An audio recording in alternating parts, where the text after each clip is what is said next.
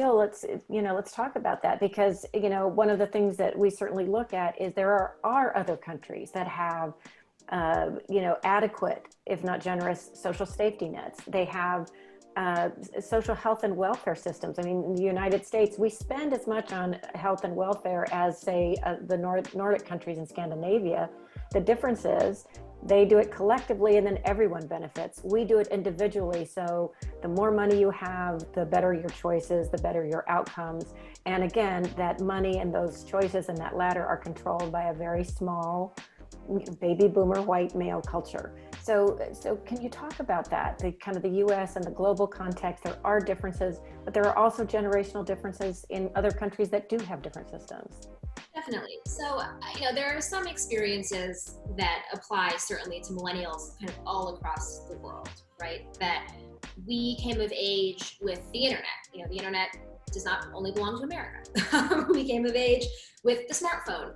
And, that looks very different in different places, right? I mean, there are many, many developing countries that essentially just skipped over landlines, but smartphones, or at least telephones, are still relatively ubiquitous.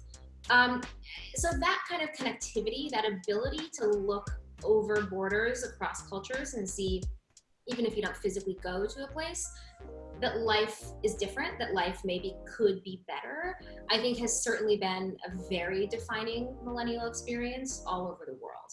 I can Google, well, what does Sweden do when it comes to childcare? Or what does the Danish healthcare system look like? And think, maybe that's a little better than the way we're doing things here. That said, I think there are also some dynamics among millennials that often in the US we hear attributed to our sort of systematic political failures. For example, the fact that millennial women, millennial men too, but we only really track women on these things, aren't having as many children as previous generations and are having them later. And many people who share my politics point to, our lack of paid parental leave, our lack of universal childcare, how expensive it is to just physically be pregnant, our lack of universal health care, as a driving force in this millennial baby bust. And, all of that it's true, but you look at countries that do have those things and they're also having fewer children than their mothers, right?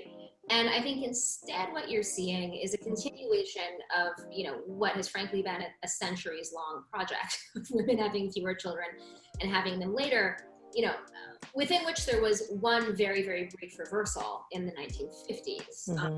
US and I believe in Europe in the kind of post-war period. But that was the outlier. Instead, millennials the world over have kind of been following, or young people of every generation have been following a particular trajectory when it comes to childbearing and decisions that we make around that. So, some data just came out on pandemic job losses, and they found that millennials have lost more jobs than any other generation, close to 5 million jobs from February to May alone. We also know that women have borne the brunt of job losses in this pandemic. So those numbers weren't broken down by gender, but I will bet that most of those millennials who lost their jobs were women, and I would bet that most of those women are mothers, given that millennials are between the ages of 24 and 40, right? Like, we are most of the mothers to young children in this country. And I think what we've seen, the Council on Contemporary Families just put out some data about evaluating even pre-pandemic what telework looks like. And they found that, when parents telework, mothers end up doing more around the house. Fathers step up childcare a little bit, which is a good thing, but mothers end up doing kind of more household chores. And then the children just spend much more time in the vicinity of their teleworking mothers than they do around teleworking fathers, which obviously, anybody who's been around a kid realizes that if you have a child sort of, orbiting you the entire time you're trying to work, it's very hard to give 100% of your attention to your job.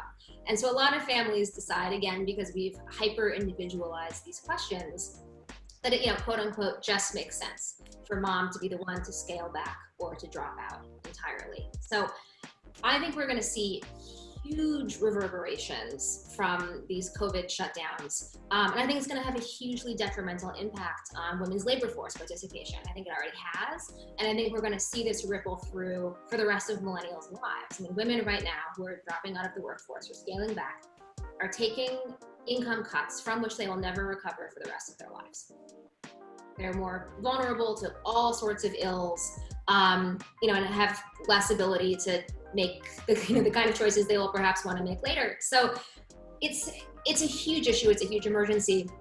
I'm really, really hopeful that this will be a galvanizing moment. I'm hopeful that if we have a Biden-Harris presidency, that universal childcare will be top on the list of things that Americans need, along with healthcare.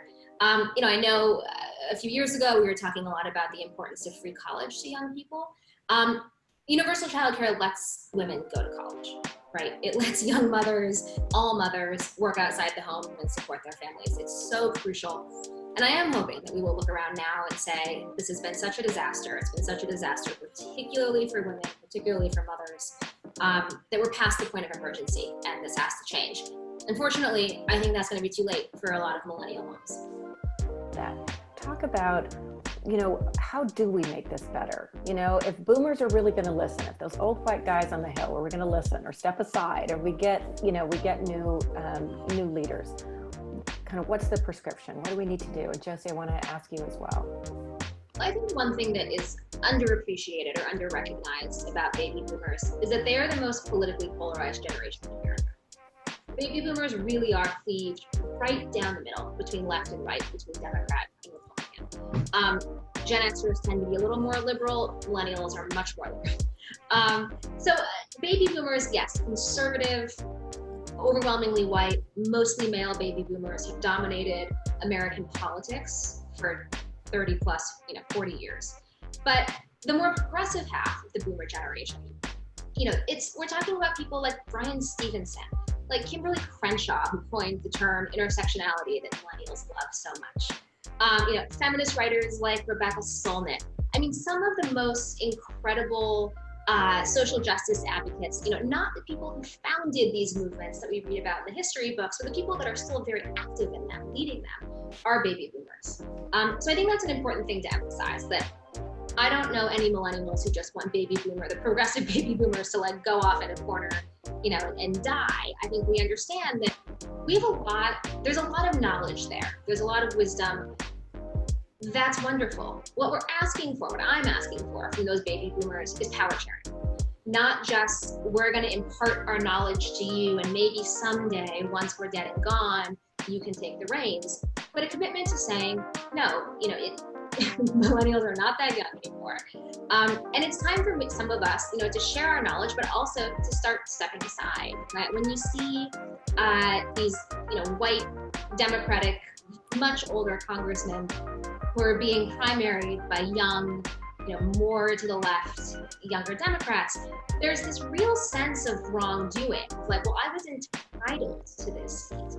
And what I kind of want to say is, well, no, you're not. And frankly, if you've been in Congress for 40 years, maybe it's time to start thinking about, who can come and fill your shoes. So I would really like to see progressive boomers considering, how can I share how can I share my power? Is it time for me to step aside? How can I show what I've learned, not just show what I've learned to the younger generation, but actually allow them to take the reins and to steer the conversation and to decide where we're going and to take real power. And I think until you see that happening, we're not going to see the kind of necessary change that millennials want and that, frankly, Gen Zers need if they want to wind up better than we have.